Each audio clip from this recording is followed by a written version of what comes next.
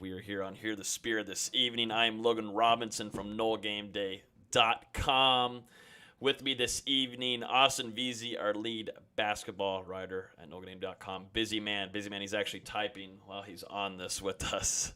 He's been nonstop. Nate Greer, our lead recruiting insider. Things are heating up on his end too, obviously, with early National Signing Day coming up too. So we got some busy people on here this evening. Dustin and Carlos, it seems like they're just lollygagging, doing something on their own. But we're here to actually talk about a real football game that's about to happen this week, and also talk about FSU hoops. McKenzie Milton, the latest on him. Maybe some rumors on Jake Garcia that we'll chat about. We are going to preview the Florida State versus UF game, and then preview Florida State versus Duke. Give our thoughts on that and score predictions from both games. And that's about it, gentlemen. What's going on? Happy Thursday evening. Happy to see you guys again this week. What's going on, man? How you doing? Game week. How are we feeling? Game week. It is game week. I feel like now that schools It's game week and I don't care. I think I'm excited.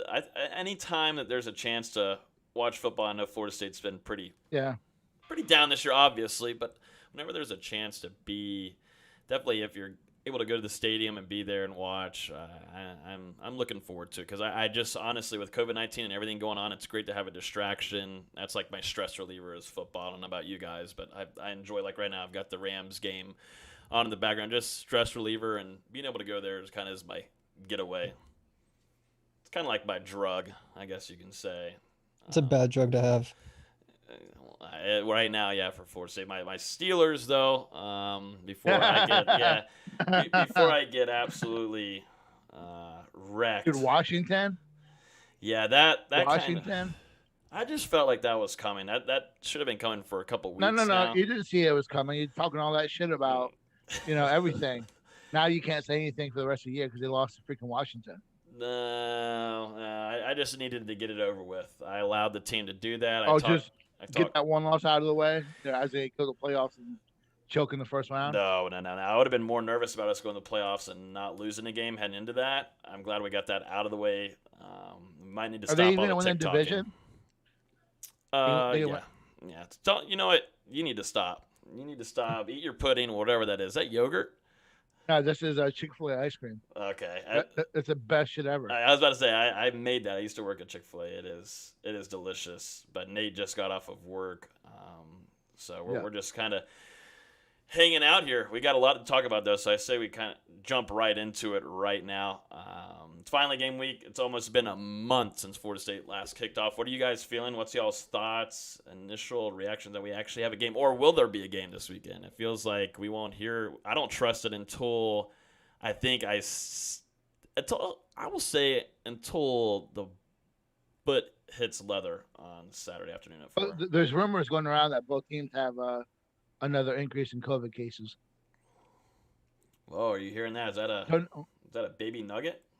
I don't know how. It's a rumor going around the interwebs.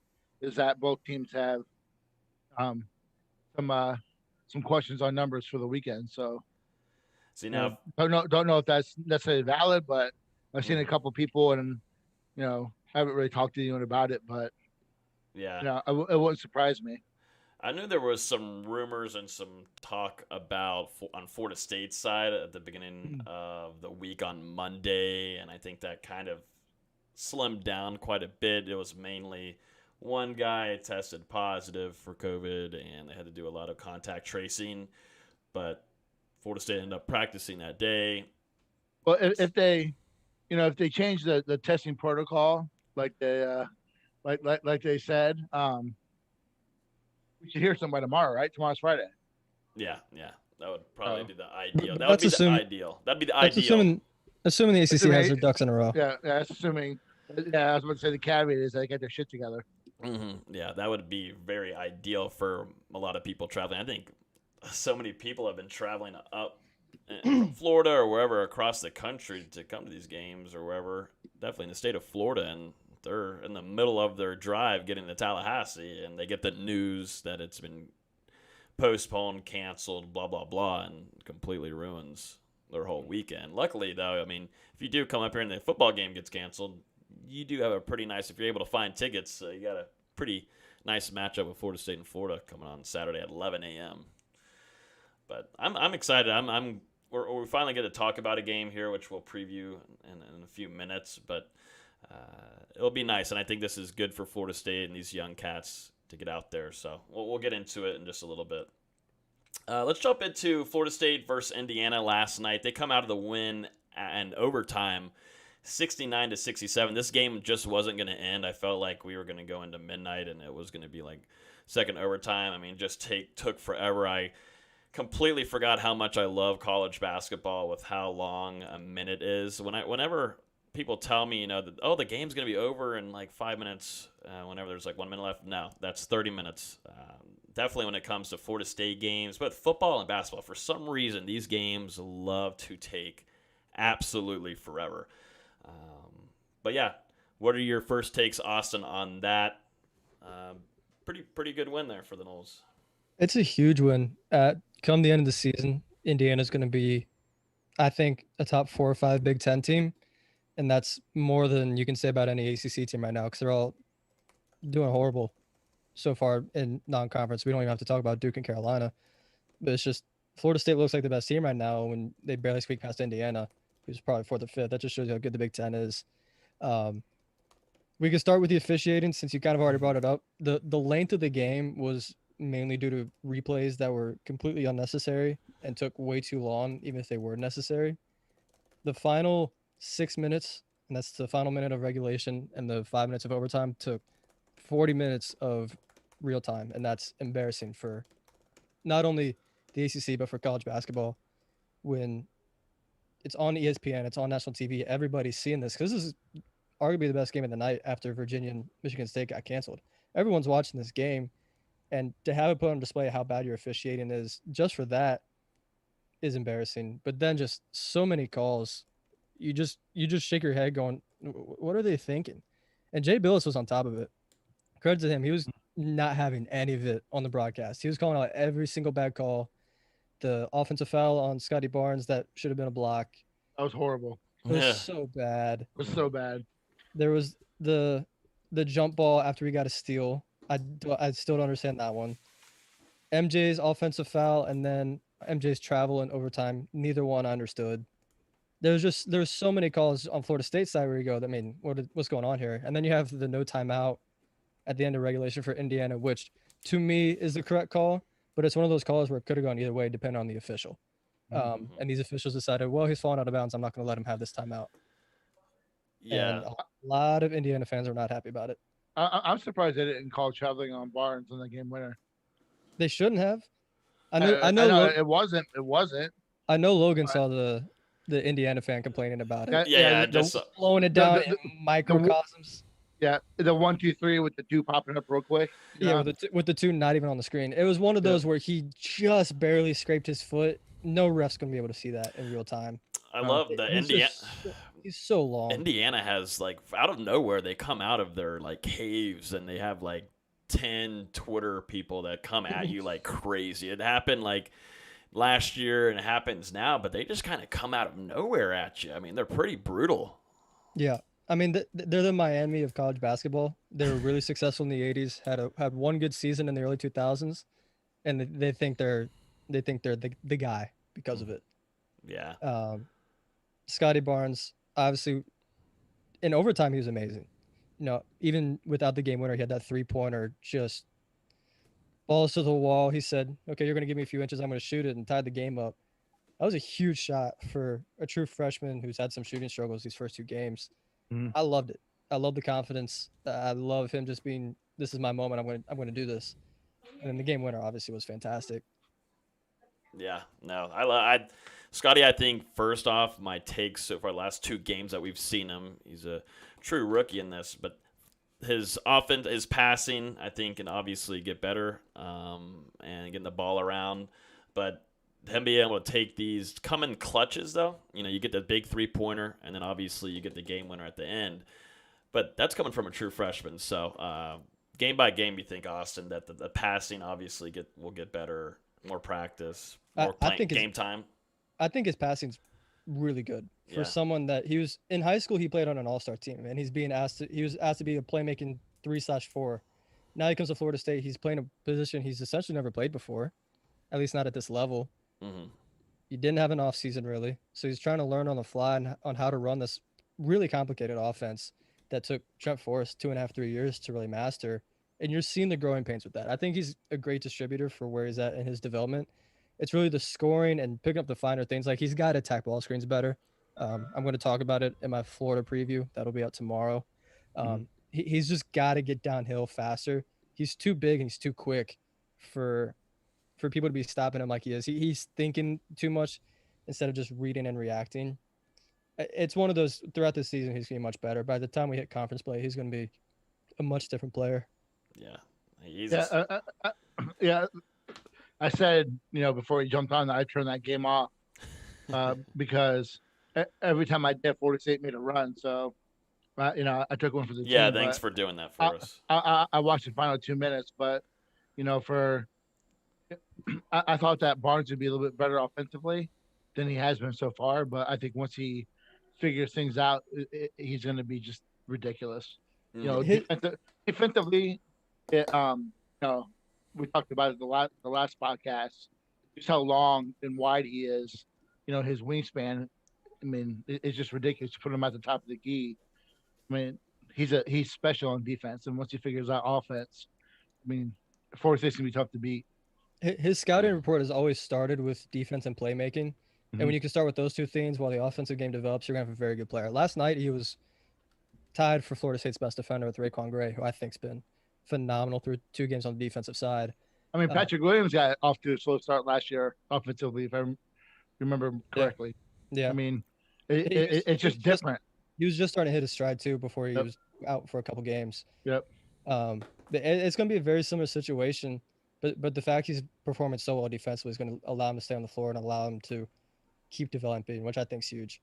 Mm-hmm. I like to see him go for like 20 and 10 versus Florida. Oh, if that happens. It's over? Yeah. I mean, I don't know who they're going to put on him, honestly. Yeah. I know Trey Mann's, he's grown a little bit over the offseason, but they've got a fairly short lineup. Pretty much their 1 through 4 are all 6'3" to 6'5". So I'm curious to see what they do with Scotty Barnes. But going back to Indiana, MJ Walker with 19 points, including just an absolutely gutsy shot at the end of regulation to go up. Yeah. That whole play was not how it's supposed to go. It was supposed to be a lob to Balsha, and you could see it on the replay. It was open the entire time.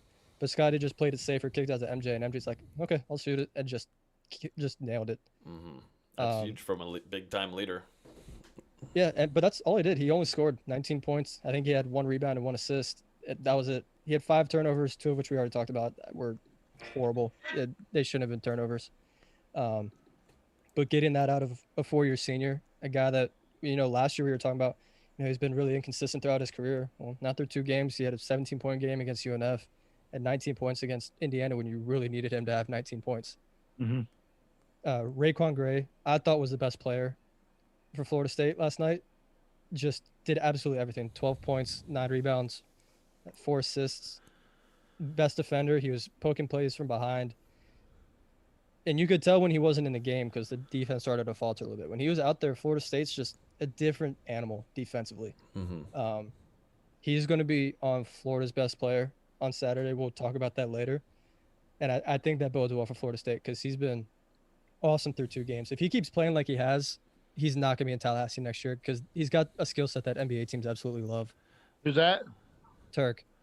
Oh, yeah. Yeah. There's NBA talk about him last year, and that was with no offensive game. Now he's shooting the ball. He's driving confidently. Yeah, the driving, I think, is a big game changer. You can tell with how he worked on his body this offseason, where he's able to be a lot more handling the ball better, but also going in for drives. And he's fun to watch, and he's all over the place for a guy that size is impressive to me. He's 6'8", 260. I mean, that's hard to stop. Balsha Koprivica was, again, really impressive. I'm super impressed with his development from last season to this season. He's got such a great touch around the rim. He's the most natural offensive big Florida State's had. And that's not a stretch. That's no discredit to Fiondu. Fiondu is more developed. Balsha's just pure natural talent. He went with 12 points and 8 rebounds. He did foul out. He had a couple of dumb fouls. Those will go away throughout the season. But he's hungry. He's hungry on the glass. He's automatic around the rim, really soft touch. He's going to eat on Saturday night. Florida's bigs are not great, whereas Indiana's bigs were really good. Trace Jackson Davis is an absolute man-child. Yeah, that's pretty impressive. Him, man. He's a worker too. Like, he's a good basketball player. Takes the fouls. He does the dirty work, man. He's like his dad. He's like his dad was. Yeah, it's not often you see someone go for 25 and 17 and lose. Yeah. I mean, we're used to the Bryce Johnson games where he went for 35 and 21, and Marvin Bagley, same thing. He went for 30 and 20. You're used to seeing those kind of games with Florida State losing. But outside of Trace Jackson Davis, Indiana just didn't have anybody. No one else scored more than 9 points, and they really couldn't contribute. But Jackson Davis is a different level of a player. He's going to be I wouldn't be surprised if he's first team All-American, Big Ten Player of the Year. Yeah, by the end of the season. He was impressive for sure. He was the one leading the whole team to any kind of competition last night for Indiana. Kept them in it numerous times. The first half, Florida State played him super well. They were making life super hard for him, making all of his catches tough away from the block. The second half, he was just getting what he wanted when he wanted. Really confident player. You could even see it from the free throw line. He went 9 for 12 and just a really confident stroke to tie the game up there at the end.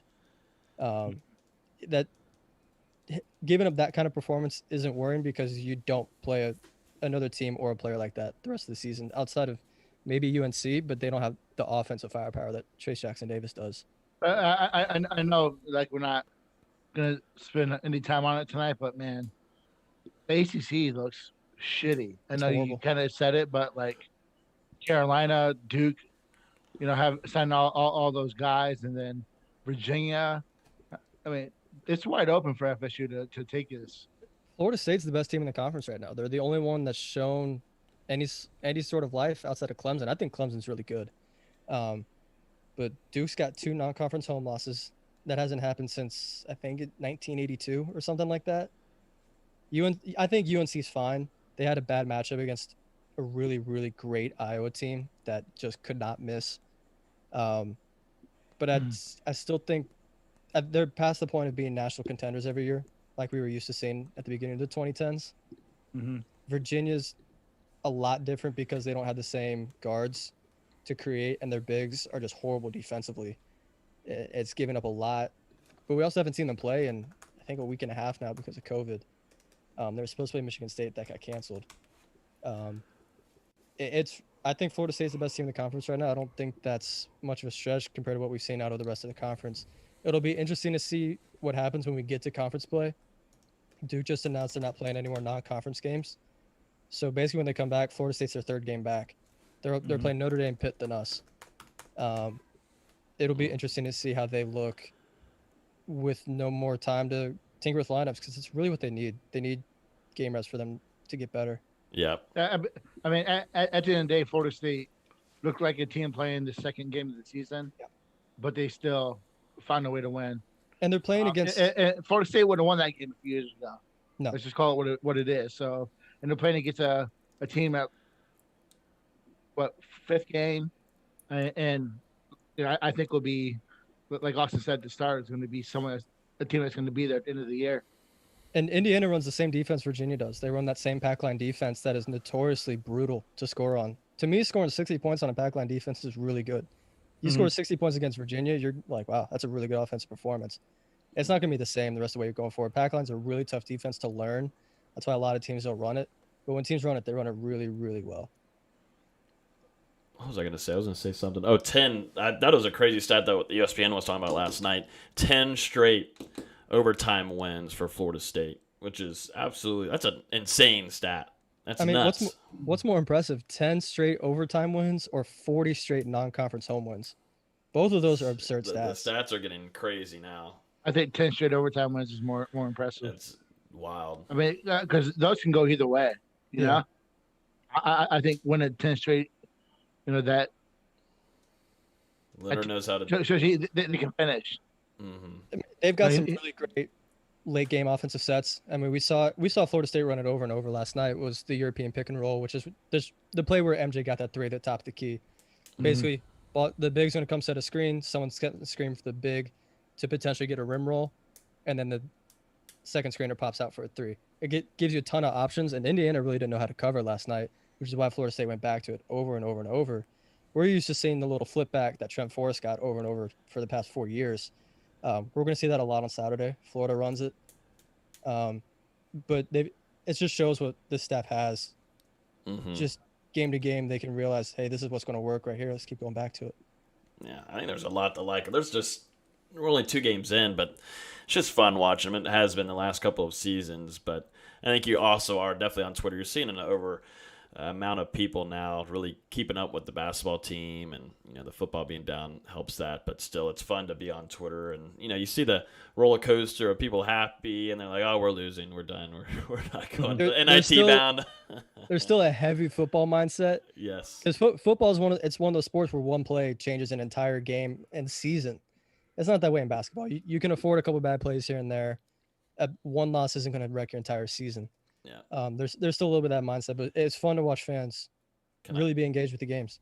Can I get your take on this, Austin? So Coach K, and we got to hear about it from Jay Annoyingness, that's what I call him, on ESPN last night, just talking about, we spent 10 minutes on it, on both COVID, but mainly Coach K, and then also whatever else he spent 10 minutes on, talking about the other conferences, but mainly Coach K saying, just griping about how the NCAA is, not looking out for players or whatever. The season just shouldn't be going on, or they should have a break or something like that. Well, no shit, Coach K, you want that. You've been losing to teams that you shouldn't be losing to this season. No wonder. What a huge shock there, buddy. Yeah, I agree and disagree. I mean, and they just announced, Duke announced that they do not intend on playing any out of conference games anymore. Yeah. Realistically, if they were undefeated right now, he wouldn't be saying this. But at the same time, he's right. NCAA went in with a horrible plan for this. They've had no plan. They've just said, okay, here's the schedule, go play. And it's tough for these kids. They're basically becoming essential workers where they're being tested every single day. They're not allowed to leave their apartments. It has to be tough on them. And, I wish they'd gone in, maybe waited a couple months. I would have been perfectly fine with pushing the season back to start in January, and then you don't have the tournament start until May. I would have been okay with that. You give more time to develop a plan, let these kids be safe so they can play more games. It's really tough on them. I see both sides of it, obviously, but again, obviously he wouldn't be saying this if they'd won every game. Hot take: May Madness sounds better than March Madness. Come after me, cancel me on Twitter. May Madness sounds better. It's a bad take. Sure, the basketball people are going to cancel me. I'm done now. But yeah, Florida State gets the overtime win against Indiana. They move on to 2-0. We're going to talk about it here in a few, about the Florida State versus UF game, the rivalry game on Saturday. That's happening at 11 a.m. Let's jump. Real quick. What do you think the over-under is on games played this year for college? Is it like average per team? Yeah, it's just total. Most teams got like a 25 to 27 game schedule. I don't even think make it halfway. I think they make it to 18. 18? Yeah, I think they make it to 18. Some teams like Florida State, where you have Coach Hamilton, who is the biggest germ freak I've ever met. I'd be surprised if a lot of cancellations come from his side. But there's some of these other teams that you really can't depend on. I spotted the glove he was wearing. Yeah. Glove, the mask. A lot of people can't see it, but like even for regular games, not during COVID, he keeps a bottle of hand sanitizer on the scorer's table right next to him that he uses after every single timeout.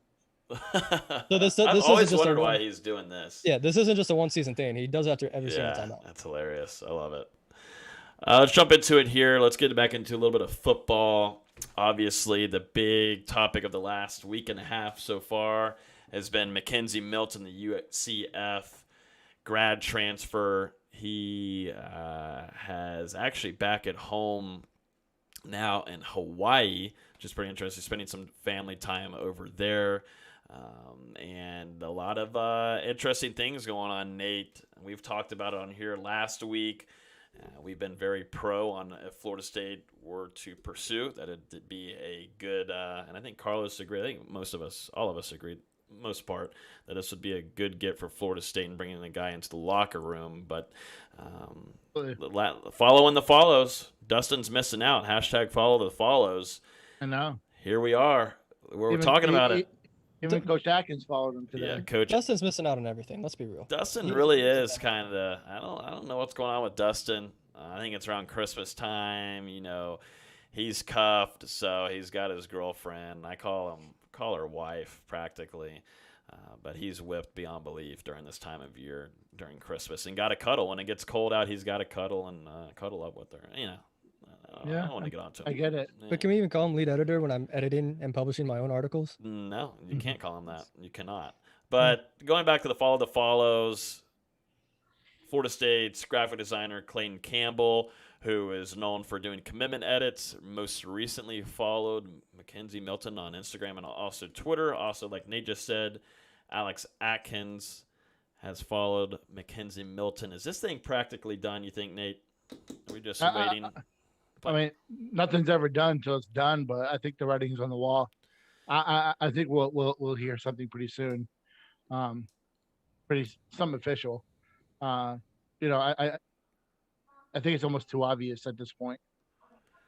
Yeah. So, and Florida State does need to get a little bit more experience in the quarterback room, a little bit more. I think we've talked about McKenzie and if he's healthy, if he's ready to go, but for me, it's just the mentality that he could bring, the experience and the leadership at that position. So no, it's a net positive either way, whether he's a starter or whether he's gets beat out and doesn't play.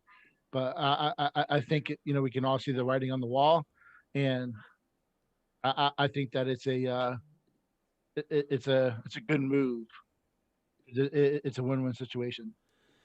I don't really see any negatives in it taking this kid. No, I don't see a lot of negatives either. I guess some people would say maybe. I know some people are like, "Oh, how's it going to impact Jake Garcia?" But yeah, that's another thing. We're going to talk about that too, because I think you and I have the same takes on that whole situation. But I think some people might say, "Oh, what about Chubba Purdy? How does this affect him?" Maybe they'll. I mean, some people will say maybe take Rodemaker, but still, it's mainly Chubba Purdy here. What do you think that affects Purdy heading into the next season, or even Jordan Travis? I mean, it still affects Jordan Travis too. I mean, I think competition breeds success. So, if anything, it's going to lift the quarterback room.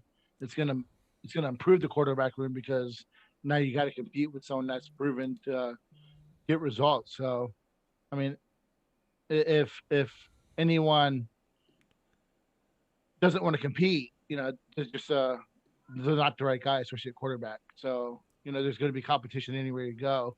That's why you see all these kids in the portal right now, especially at quarterback. But it'd be a 1-year thing. It's not long term. I get it if it was a freshman, coming in. I think that'd be more of a hit on the tenure of a Chubba or Rodemaker. But the 1-year thing, this year's free.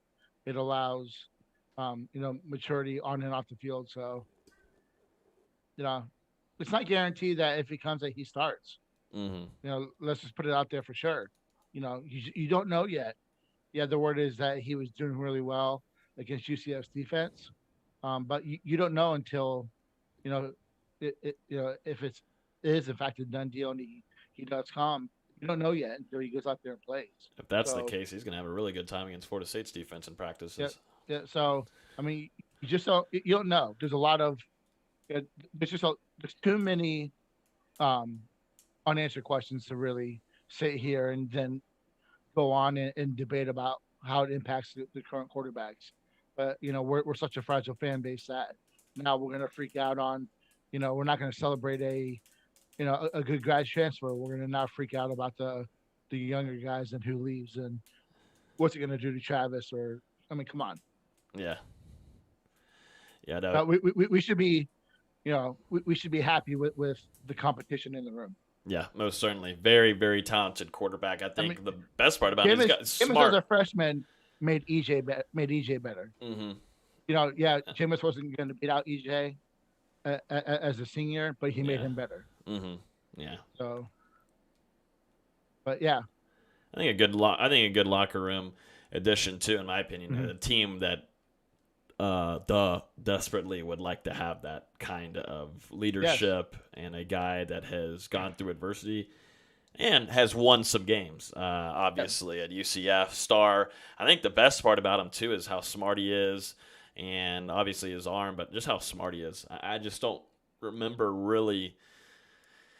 Obviously, I'm not going to say too much on that, but I mean, you know what I'm saying though. Yeah, I have an interview coming with Anthony Whedon, guy who took the preferred walk-on.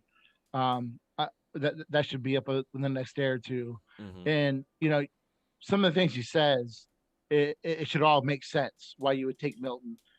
Of what the coaching staff has told them what they need. Guys are going to buy in, guys are going to push, guys are going to bust their ass. So, this is what this coaching staff wants, and they're going to make it happen one way or another. This roster is going to continue to churn and change, and the staff's going to find a way to bring in the guys that they want to bring in. So, yeah, no, I agree. We'll keep an eye on it. There's not really been a timetable for when this may become official, or if it's still in Florida State's favor. But we'll keep an eye on it for sure. Make sure you guys are in the Discord as always. I put my 5 out of 5 on the prediction in the Discord today. You did put your prediction in there. The Yeah. predictions are back. Yeah. Football recruiting predictions are back, along with maybe what's going on with Jake Garcia. A lot of rumors the last 48 hours that maybe Florida State's in the mix for him. Also, a 4-star quarterback. Recently decommitted from USC, but it seems like there's been some people talking about these rumors kind of seem a little interesting. I don't think I at least on my end I have not heard anything about this whole thing of Jake Garcia and Florida State. Like that's actually some strong talks going on, but I think that I think it's just kind of Florida State is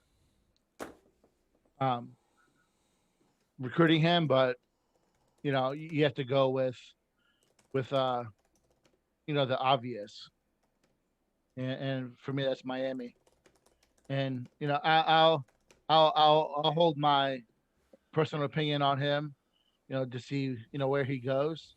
I just think that there's a better answer at the end of the day than a guy who's been in 4 or 5 high schools.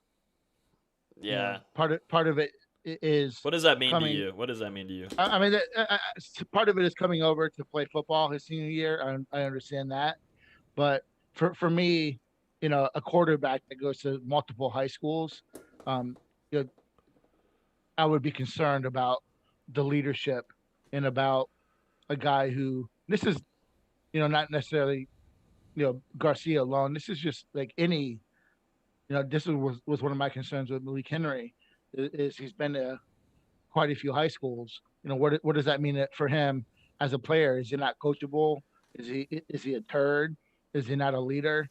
And oftentimes it proves to be a factor that carries over in college. So, there are outliers. I talked about it on Twitter a lot. I've always talked about guys who decommit more than once. They eventually are going to be busts in college.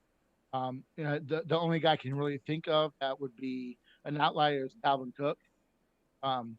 But not many kids with Dalvin Cook in terms of being a talented football player. So I just don't think it bodes well for when a premier quarterback at the premier position is going to several high schools. Yeah, no, it's definitely different for sure. I just think it's kind of just rumors just to have fun with it. I don't know. I don't think there's crazy amount. Of course, Florida State's probably recruiting. If he comes, If I think though, go ahead. He's a boomer bust guy. He's either gonna be really good, or he's gonna be someone that's in the portal in a year or two and goes to 2 to 3 colleges. Mhm. That's just how it's going to happen. Yeah. My opinion. Of course. Yeah. Yeah. I want to talk about this like viral video before we jump in the FSU versus UF preview. This viral video that went out, I tweeted out. I didn't know if I should really say anything or not, but I was like, screw that. And I'm just itching to tweet it. This viral video of this coach that is in a 9-year-old whatever football league, and the video's gone viral of him hitting the kid. 2 kids? I believe it was 2 kids. Yeah, 2 kids, 9-year-olds, in the head multiple times. Like, we're not talking just like a tap on the head, or not. We're not even talking close to what Jimbo Fisher would do to Jameis. This was talking about straight up, like, if the helmet was not on, the kid would have been in some severity. I mean, that was brutal to watch. I mean, this code, I'm not even going to call him coach, this man was just hitting these 2 kids, and it was absolutely rough to watch. I don't know if you guys have seen it or not. You can check it out on my Twitter, but just absolutely ridiculous. And I don't know how the parents didn't go over there and jump his ass. That was my first question. Like, where is the refs, obviously? What about even the other coach that was next to him didn't do anything, but where are like the dads at? Like, Nate, you're a dad. What, I mean, I ripped the shit out of the guy. Like, I would have got arrested. Yeah. You could arrest me because there's no way you should ever be doing something like that. You know, you're these guys' first like interaction in the football. Those guys look like they're like what, Mighty Mites, Pee Wees, that age group. Nah, man, that's just not acceptable. You know, these are. It's not acceptable to put your hands on a player. So I'm not saying that, but these are young kids. You know, you should know that. You know, these guys are maybe the first time playing football, don't know the rules, don't really know the game. It's more of a introduction into football, and to take yourself serious enough to smack the shit out of 2 kids. I'm sorry. Yeah, one of the kids fell down from it, from a head hit, like you're straight to the head. Yeah, like where's the mom? You know, where's the mom? Where's the dad? Of like, I don't know, man. It's just not acceptable. I know there's been a lot of outrage. You know, everyone saw. I think Camardi's retweet about it. You know, I agree with him. No, you couldn't keep me from not physically approaching that coach. I'm sorry. That's just not acceptable. I say this as someone that Even as a parent on the team, like, I don't know if I would have been able to control myself, even if it wasn't my kid, and seeing him do that. I don't know if I'd be able to control myself. Yeah, I say this as someone that used to coach that same age group.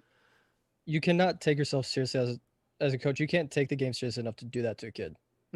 It's for them. It's more about learning the game, them having fun. Yeah, you want to win, but at the end of the day, these kids are there to have fun. They want to get better. They want to learn. You can't be doing this as a coach. I'm with you, Nate. If that was my kid, I would have been losing my mind. Just coach older kids if you can't handle that. Yeah, you would have had to drag me off that field away from that coach. Yeah. Yeah. No, he should have been jumped. I mean, and it's just as embarrassing for the assistant coach standing right next to him going, yo, what are you doing? Yeah. Yeah. I don't know. There's nothing the kid could have done at all whatsoever for him to even be laying his hand on him whatsoever like that. First of all, number one. And then secondly, 2 kids, and then you're probably cussing around. Like, I'm not calling him a coach. I just think he's, I'm just going to call him a piece of shit and, or scumbag. And I think he had an apology video out there or something like that. And people were wondering if it was, could it end up not being his kid, or maybe one of them was. It was just ridiculous. He shouldn't see a field again. He should be investigated right now. If not, he probably is already. Just shouldn't be allowed whatsoever. That's ridiculous. Someone should. He should just. The dad should have rushed him. But I just wanted to talk about that since that was a viral thing in the last couple of days being talked about. More on like a brighter note right now, that while we're recording this live on Thursday night, Cam Akers is having a game. I don't have the stats on me, but I just keep on watching Twitter and I have the game over here, but Cam Akers is balling. He's definitely now the starting running back. You're pure. They still have guys in the backfield like Henderson, I believe. That's there for the Rams too. But Cam Akers is having a phenomenal game. 89 yards at the half. Yeah, that'll do it. That's nice. Yep. The Rams blocking has gotten really, really better. They have good wide receivers blocking too. Cup is good.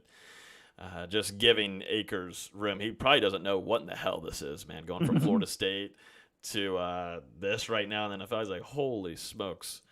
And he's only just going to get better too as a rookie. And it just goes to show, man, Dalvin Cook, the Cook and Akers show, the next 5+ years, 6, 8. Love to see it. Florida State versus UF, number 20, Florida State. What do you think? You think Florida State's going to move up? How much do you think, Austin, if you think that's the case? I mean, it depends on what happens after Florida. Of course, Florida, yeah. I mean, who knows? They already should be in like the 17 to 18 range, and the voters already don't like Florida State that much anyways. I mean, we already see the Jeff Goodman tweets where he's at 24th right now. I would say somewhere in the 14, 15 range if you beat Florida. Just because, I mean, there's not a lot of great college basketball teams. Iowa looks good. Baylor looks good. Gonzaga looks amazing. But other than that, it's pretty wide open. Gonzaga's got to be the favorite right now. They look really good. Who? Gonzaga. Yeah, for sure. They got to be the favorite. They look unreal. That is one team I do not want any part of. I'll take my chances on anyone else, but not Gonzaga. Yeah, so jump us into this game, obviously, a rivalry game. Florida State has owned Mike White, Leonard Hamilton's son, for what, 6, 7 years now? 6 years, going to run on to probably 7. We'll see. Don't want to talk it too much up, but 11 a.m. tip-off. Sucks. I hate it. So stupid. So stupid. They should have flipped it. They shouldn't even cared about what Florida State football's game was. Put the Duke game at noon. Put Florida State, Florida basketball at 8 o'clock. It's a lot of people are going to watch that. Now, hold up now, Austin.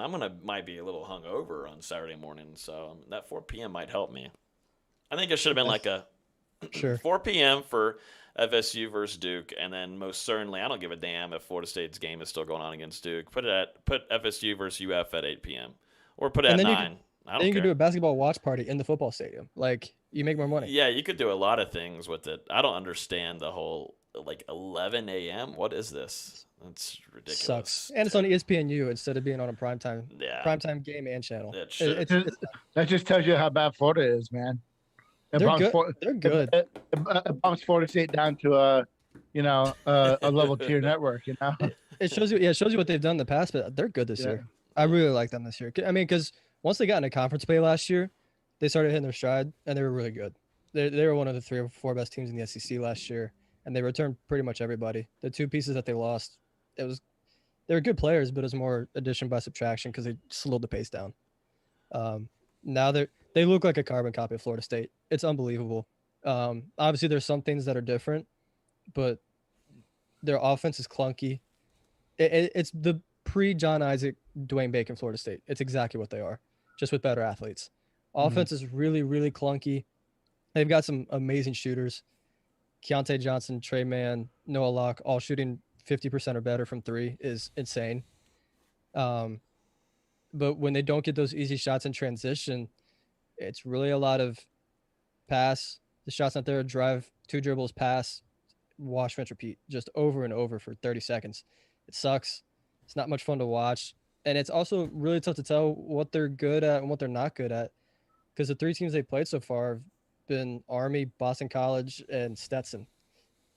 They've just been bigger, faster, stronger, more athletic than the 3 teams they played so far. So they're getting what they want, which leads to some inflated numbers so far to begin the season. Through 3 games, averaging 84 points a game, 50% from the floor, 36.4% from 3.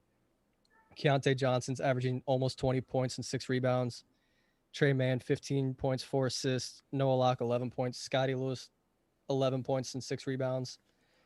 Like, they're putting up some absurd numbers, but they've also not really played anybody. Yeah. What's Florida State's biggest advantage too? Like, what's the advantage for Florida State in this game, and what's the disadvantage? Biggest advantage is the post. But also Koprivica is going to abuse Florida's post defense. No discredit to Omar Payne and Colin Castleton for Florida. Omar Payne was someone Florida State really, really wanted. They really coveted him in that recruiting cycle, but they're just not good right now. Neither of them have much post defense. Payne falls for every single pump fake in the post, and I mean through 2 games, Balsh's pump fakes and little head moves. He's gonna foul out before the. He's gonna foul in the first half. Yeah, and then Castleton's just skinny. I mean, he's 6'10", maybe 200 pounds. He's not gonna be able to keep up with Balsha, who's been punishing people down low right now. It would not surprise me at all to see Balsha go for 18 points and 12 rebounds on Saturday morning. He's just absolutely going to abuse him. And then a disadvantage, Florida's 3-point shooting's amazing. If you lose these guys in transition, you give them an inch of space, they're going to pop and they're going to make it. It's kind of scary, but they've also had these things in the past. I remember vividly the 17-18 Florida team. They had Jalen Hudson. They had the Russian kid, Igor. I forget his last name. They had 3 or 4 guys that were great shooters. And then they'd go up against our length and they couldn't hit the broadside of a barn with a pebble. So maybe that'll happen again this game. They weren't great shooting last year against us either. It's a big test for both teams. You know, Florida's got a lot of experience coming back that really finished the season off strong. And they're trying to prove something against the Florida State team that's whooped them the last 6 seasons. The last 3 seasons alone, Florida State's won by an average of 16.7 points per game. That's not going to happen this game. It's going to be a much, much closer game. Florida defensively does a lot of the same stuff Florida State does. They don't switch everything, and they're not as heavy in the gaps. But everything else is there as far as help side defense, you know, rotating when things are going to the middle. Everything else there is the same. And then offensively, they really want to get out in transition. That's where they're at their best. That's where Florida State's at their best. Florida State's going to want to make this as ugly of a game as possible. You know, through 3 games, Florida allows 10 offensive rebounds, commits 23 fouls, and turns it over 14 times a game. When you're doing that against Army, Boston College, and Stetson, you're going to do that a lot more against Florida State. Don't know how hungover I'm going to be on Saturday morning, but I probably will be drinking and watching this game. There's no reason for me to be drinking, but I'm going to be drinking and probably watching this game on Saturday morning. And then we got a football game to go to, and then also drinking during that. So this whole situation Saturday could end up being a true Travis. And school's over. This could turn into a hazardous weekend for me, Nate. Do it while you're young. I am getting older though, Nate. I think my knowledge is getting better. I think my maturity is getting there. Nah. I'm going to call it that. Like I can start to get. I'm getting close to where I can teach. Look over your shoulder. Yeah, that scenic view in my room. What are you talking about? This is beautiful in here. You should be embarrassed that's your background every week on this podcast. What should I have on there? Not natural light. Natural ice. Thank you. Yes. That's right. It's not natural light. It's natural ice. You're right. Yeah, natty ice. I'm sorry. You know. Dustin's going to be there for this game, so he'll be doing live coverage on at the Knoll game day. It's been, I will say. Is he going to be allowed? They let him in last night, surprisingly. No. Is his girlfriend going to let him? Oh, it's early in the day. Yeah, it is early in the day. She might be at work. It's early in the day. She might be at work or something. Yeah. Well, it's a 4:00 game, right? No, FSU Florida's 11. The basketball game. That's where he's going. I'll be at the football. So you know he'll be home by like 2:30. Yeah. You know anything. It's really for him anything after 4:00. So that probably negates coverage or live tweeting of the Florida State football game. Yeah. That's definitely. There's going to be an excuse. There's definitely not a 2 for that day. No, I don't think so. I don't think he is. I've already worried about that because I'm going to be at the game and I'll do some tweeting here and there on my personal account, but that'd be at work. So yeah. Oh, we knew you weren't going to be live tweeting. We knew you weren't. Hey, I can live tweet. Okay. You know? Let's give Nate a game to tweet live for basketball this season. Oh, let's do it. Let's do it. Do it. I the think we web should. do it. It's fun tweeting basketball games, I will say. I thought I wouldn't like it as much, but last couple of seasons, but like last night was fun. It was stressful, but I still had optimism that Florida State was going to win the game, so it was nice doing that. And when it comes to football, it's a lot I live tweet from my feed every game. Yeah, I'm the same way. It's more your tweets, Nate, during at least football games are fuck me. Fuck. I hate this shit. What the fuck is going on? What in the fuck is going on? My TV's off. Oh man, why is blank in the game? Yeah, I'm sick of this shit. How many times are you gonna let the running back run the same play up the same fucking hole? Yeah, that's been the whole entire. I think it's all of FSU Twitter though. So you're not. How many times? Not that we care anymore, but how many times is Woodby gonna run around the blocker and take himself out of the play? Yeah. Hey, could be going to Texas. Over there. He wants to. He's more of a school guy. He's a big school guy, and that's great grad school over there. Wish him luck. Most certainly. Austin's a fun city. Yeah, I've never been. It's not really bad. I've heard a lot of young people are flocking over there. A lot of the tech companies and all that are jumping over there. My only memory of Austin, Texas, is getting a parking ticket, trying to look at DKR. DKR, the football stadium. Oh, okay.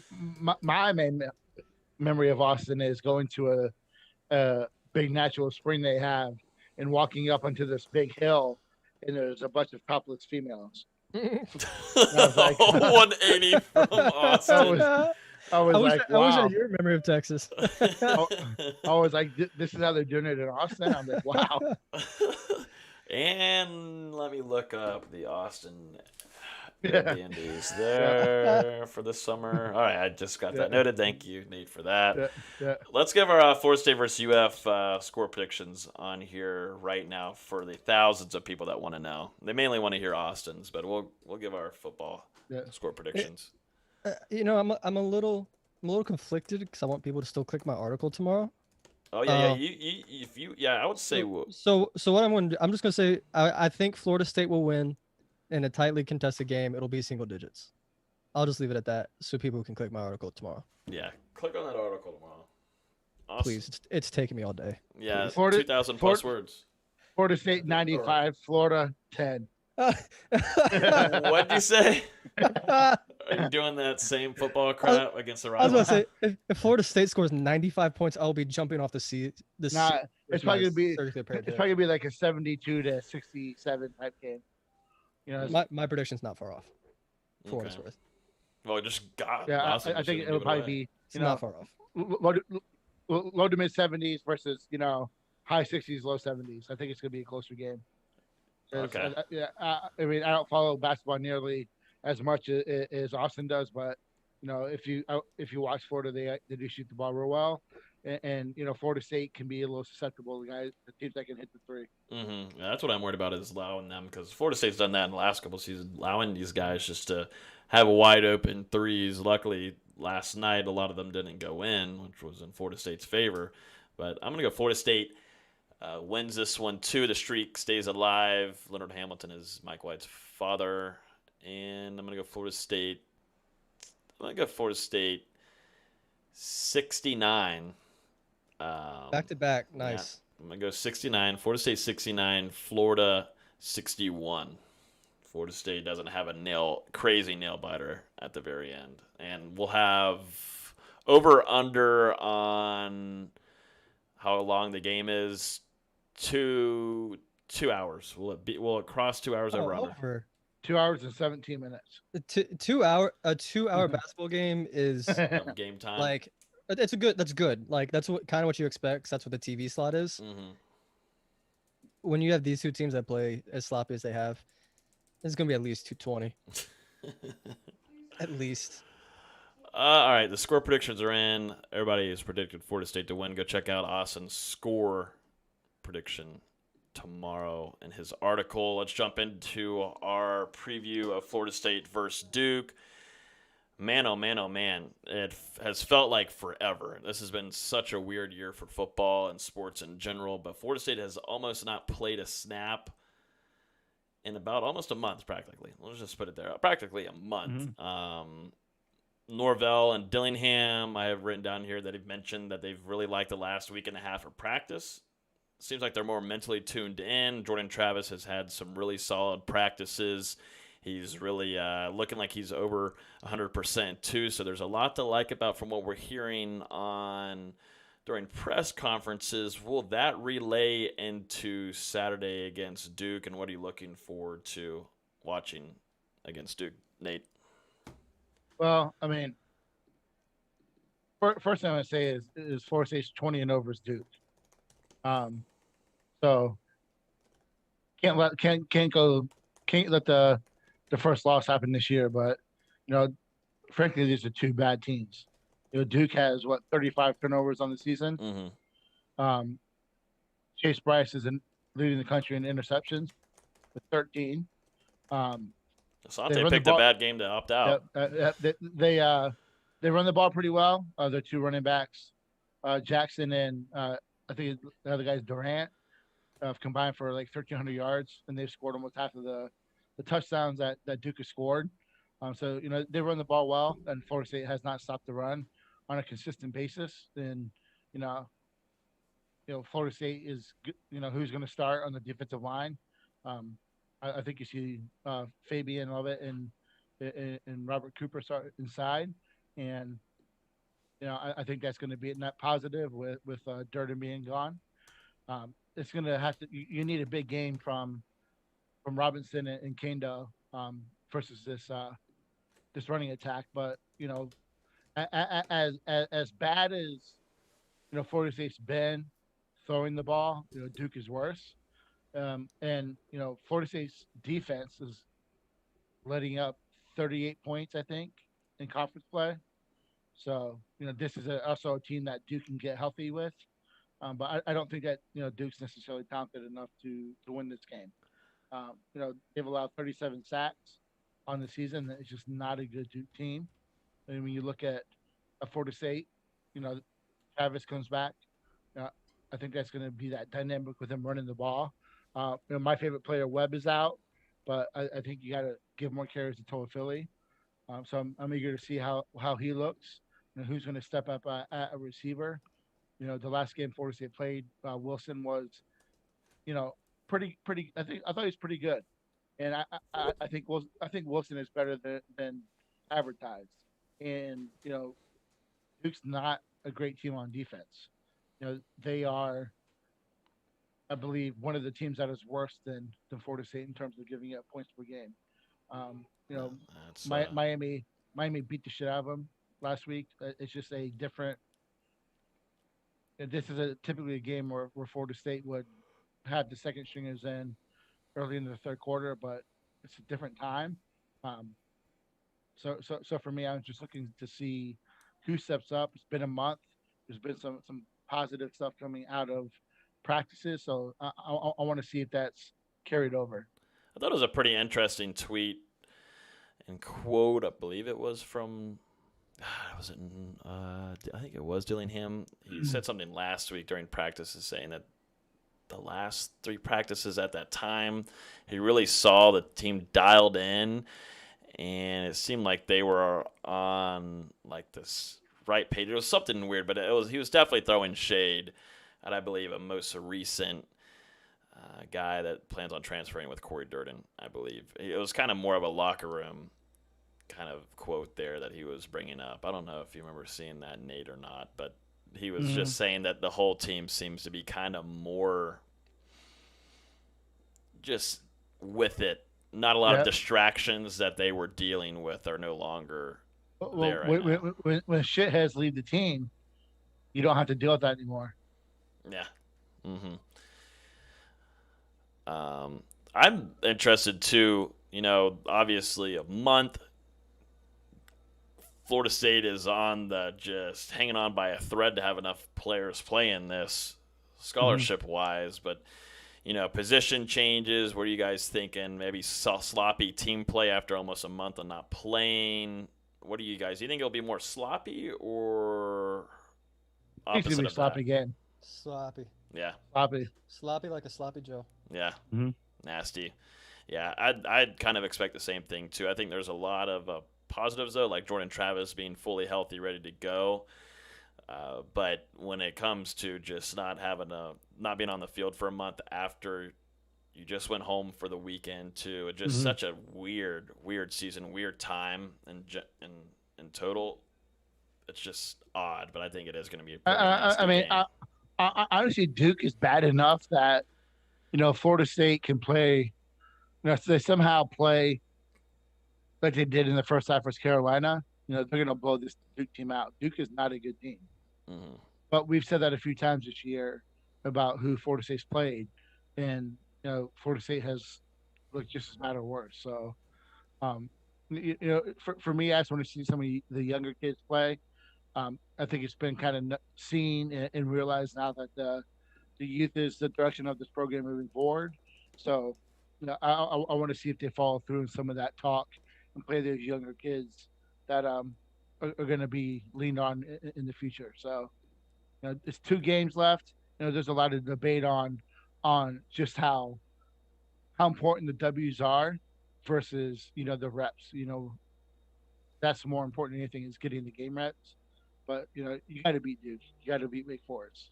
You got to beat those 2 teams. You need some momentum heading into recruiting. So you can't just chalk it up to getting reps and the result is the result. You got to play to win, and you kind of need 2 W's to wrap up the season. Yeah, and speaking about the 2 W's to wrap it up, what are you guys looking for the rest of the season? You finally are able to add on 2 more games. Are you looking for younger? Obviously, the young movement has been going on for multiple games now, but what are you guys looking for? Seeing who your future leaders are. Yeah, I want to see some young guys, and I want to see some guys compete. Effort, and I want to see a little less rotation with guys. I want to see a little more of the Toa Phillies. I want to see a little bit more of the Brian Robinsons. Where's Corey Wren been? Yeah. You have a guy who's one of the fastest guys in college football who has hardly played. I want to see, the last 2 games of Nas. I want to see him go out, play well. I want to see, can Kendo, get some sacks against a team that's given up 35 sacks this year. If they can't get sacks with Duke, they just. See you next season. See you next season. Correct. Yeah. Mm-hmm. I want to see just how much they use Gainer. Guy who leads the team in tackles. Yeah. I want to see that kind of stuff. I want to see if these kids respond to Fuller, or if it's the same old. Yeah, I think if it's the same old, then the things that we've been hearing about the boosters pushing for maybe a possible I think that comes new to candidate. fruition. If that ends up happening, then that's if Duke puts up 30. Yeah. If Duke puts up 30, then I think that's about all she wrote.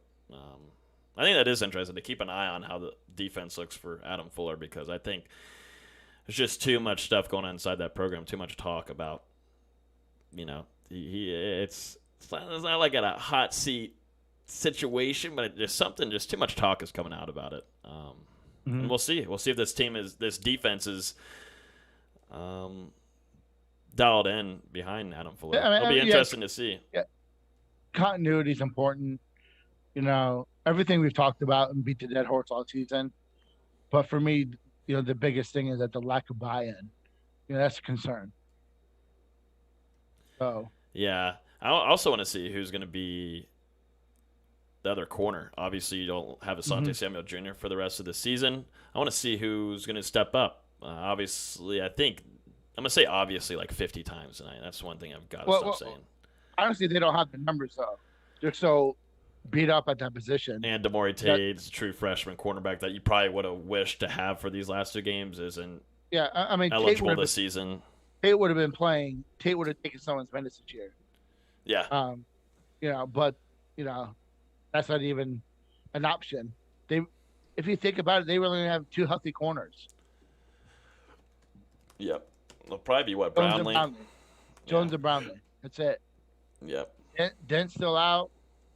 Dent's features up that's another topic for discussion. But who's going to play corner? You got two guys. Who's going to play behind him? Who? I mean, Dante's gone. Dotson's out for the year. Who's going to play? That's going to be interesting. It's out. Does Travis Shea slide over to the corner? I think that'd be interesting to watch. You're playing a walk-on. I mean, that's the kind of stuff that, with the low numbers that Florida State has right now, you got to consider COVID and the fact how injured this team is and how beat up they are in the back end. So it's going to be interesting to see who they have playing corner. Yep. I want to see a lot more. I want to see Brian Robinson have a target thrown to him. Mm-hmm. And I think also, too, I think you're going to see the offensive line play better during this game. Obviously, the competition is going to be different than most this season. Duke is Duke, and it is what it is. But I think with the fully healthy Jordan Travis, we've seen it in the beginning of the season. It makes this team, makes the offense move better and makes the offensive line work better. Because you obviously don't have Darius Washington anymore. I want to see also keep an eye on Dante Lucas. We were here. It's been such a weird month for Dante Lucas, in and out. Is he staying? Is he gone? Is Atkins done with it all? Clean out his locker, but now Yeah. Now he may be staying. He's on his last. This is his last life. Should have get off the pot. Yeah. That's the thing. So I think there's a lot of things to look forward to the next, and keep an eye on the next two games and enjoy it while we have it, while we have Florida State football. COVID-19 is just a total bitch, so we'll see. Score predictions: Florida State versus Duke, 4 p.m. inside Doak. What is this, ACC Network, I'm sure? Yeah. The Battle of the Bastards, I think this should be called. The Battle of the Bastards, Game of Thrones edition. It is going to be the two uglies going at it. Just fighting each other, mauling each other, just going to be entertainment. Should be on pay-per-view, in my opinion. Two ugly chicks just friggin' going at it. You want me to play devil's advocate first? Just get it out the way? Oh, of course. Why wouldn't? That's why we have you here, Austin. Duke's winning. 31-23. I hope I'm wrong. Oh. The only way Duke wins is if Bryce plays out of his fucking mind and they run for 300 yards. Duke's a very bad football team. I'm not saying that. We're bad too, though. They are, but I don't think they're bad enough to lose.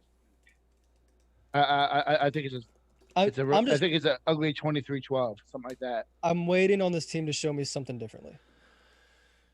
I want them to change. I'm just waiting on them to change my mind on just anything outside of them not showing any effort and just not wanting to compete. Oh, man. Austin just went full on. I'm also trying to reverse psychology. I want the football team to lose so basketball wins. Oh, you nerd. You basketball nerd. Of course you want that to happen. Unbelievable. Now, I will tell you what, if I do... All right, I'm sorry. I'm just getting distracted. Cam Akers must be going off or something. I've just seen 30 tweets in the last 2 minutes. So if someone can update me or the Discord can let me know what's going on. But Cam Akers, yards. I think he's having his worldwide debut in the NFL. He has 135 yards. Yeah. He's eating the Patriots alive, and I love it. Love you, Bill Belichick. No, honestly, I think that Florida State can beat this team by 10 or more because I think they turn the ball over too much. They don't have a lot. I think they're gonna come in and want to run the ball, take the ball out of Bryce's hands. They do a pretty good job of rushing the passer. I think that Travis has shown the ability to punish those teams that maybe over pursue. I think he'll rush for 100. I just think that it's an ugly 23-12 win. I just do not see. I see them losing to Wake Forest because Wake Forest can score, but not this week. I'm gonna go Florida State 31-17. a nice win in Doak Campbell Stadium to end off the season. The seniors play well. It'll be interesting to see what they do because it's so weird to get another year of eligibility. Like, what's going on with that? What kind of senior day are we going to get some nuggets there while they're walking out on the field? Like, I don't even know how that's going to go on. I have no clue. It's going to be a weird time in Doak on Saturday at 4. But if Florida State does end up losing this game, I can go and guarantee you that I'm saying on Twitter. I just don't know if I'm going to be able to get on here and have an instant reaction, guys. I just don't know if safely I'll be able to make it home and do that. So we'll see. Well, speaking of instant reaction, are we going to do a dual instant reaction podcast at the end of the day? That's probably what it would be. No matter. No, we're going to block off completely basketball. We're going to say screw FSU versus UF Austin. We can have you on here, but we're not going to let you talk anything about the rivalry and the basketball. Nope. I'm just not going to talk then. I'll just be here to break everyone's cameras or everyone's screens. That's all I'll be here for. That's all it is. Oh, yeah, we're not going to talk. We're not going to do that. Yeah, no. If that does end up, if we are able to do an instant reaction, then yes, we'll most certainly going to talk about Florida State versus UF. Any other comments that need to be made, gentlemen, before I shout out our last 10 Chief tier members on Patreon? Nah, man. Early signing day is approaching, so see how that goes. Yeah, busy. It looks like 13 out of the 15 commitments are going to sign early. I know 24/7. I'll shout them out. They've been all over. The guys signing. It looks like 2 guys aren't going to sign early, and that's the 2 rumored guys who've been really on the fence about flipping. So we'll see how that goes. So you're suggesting people get into the Discord and sign up for Patreon. Mm-hmm. That's what you're saying. Okay, good stuff. Let me go and shout out. We didn't really talk about Peyton though, the commit out of Miami, Nate. Yeah, I mean, real quick, it's a huge need. Florida State. And I wrote a little breakdown. Not going too much into it, but he's very much has the same build of Brian Burns at the same stage, tall, lanky. You really relies on speed, but also does a really good job of using his hands at this stage. It understands the reach that he has and how long he is. He's a long 6'5", and he's got the long arms. He can extend, keep the lineman off him. The tall dude. And he's super athletic in that he can, even if he gets pushed upfield, he's able to redirect the lineman and stop in case. So he's a natural pass rusher. I don't think he's going to be a traditional outside linebacker. I think he's going to be a guy who eventually becomes a DN. I think he's a guy who can be dependent on next year, but he's got to get to like 220, 225. I don't think that's necessarily out of the realm of possibility of once he gets into a strength and conditioning program. He's got the build to carry 230, 240. I think that, just like Brian Burns, Brian Burns was able to keep his athleticism as he got bigger.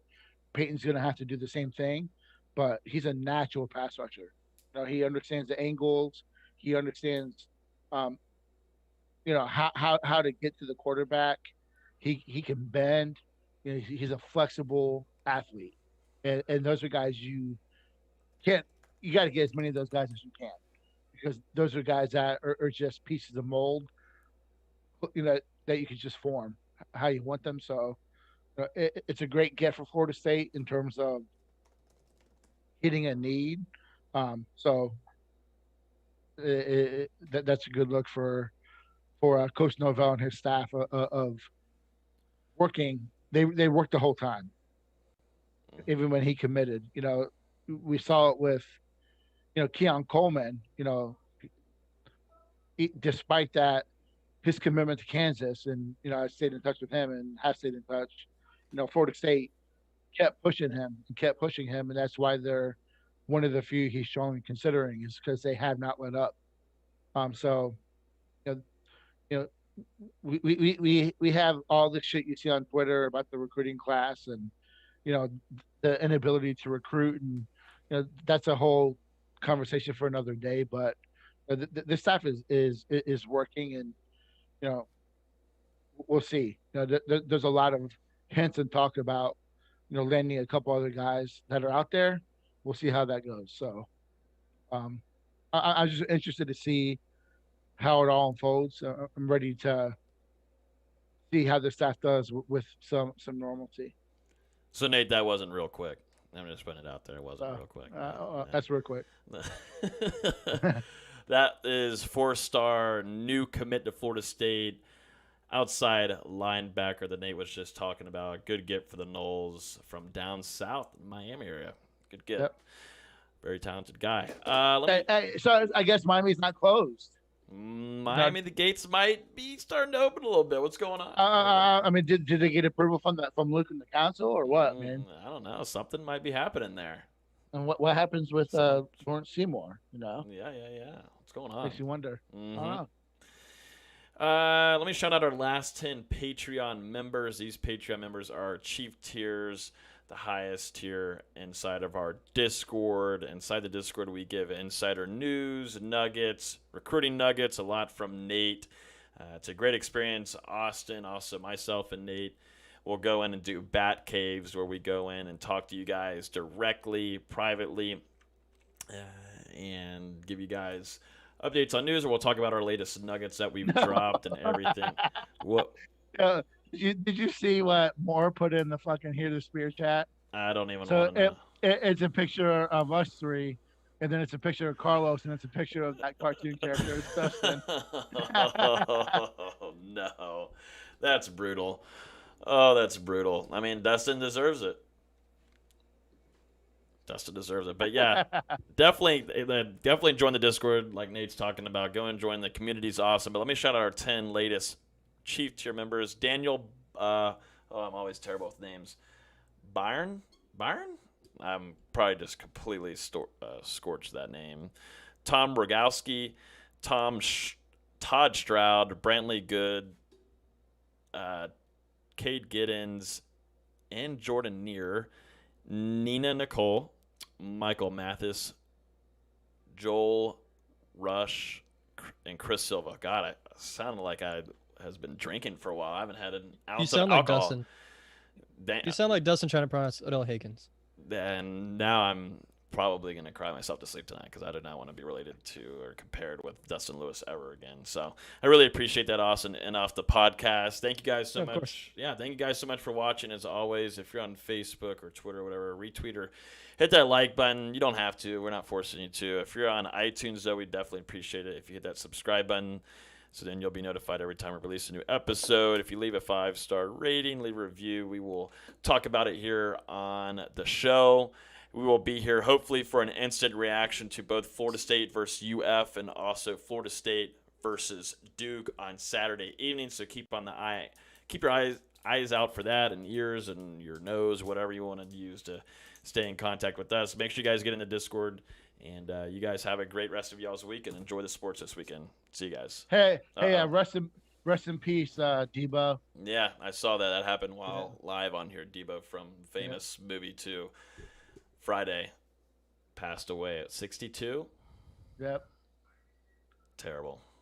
Awful. Maybe we'll put the clip of one of the clips in there at the end of the podcast. Yeah. See you guys. Enjoy the weekend. Peace.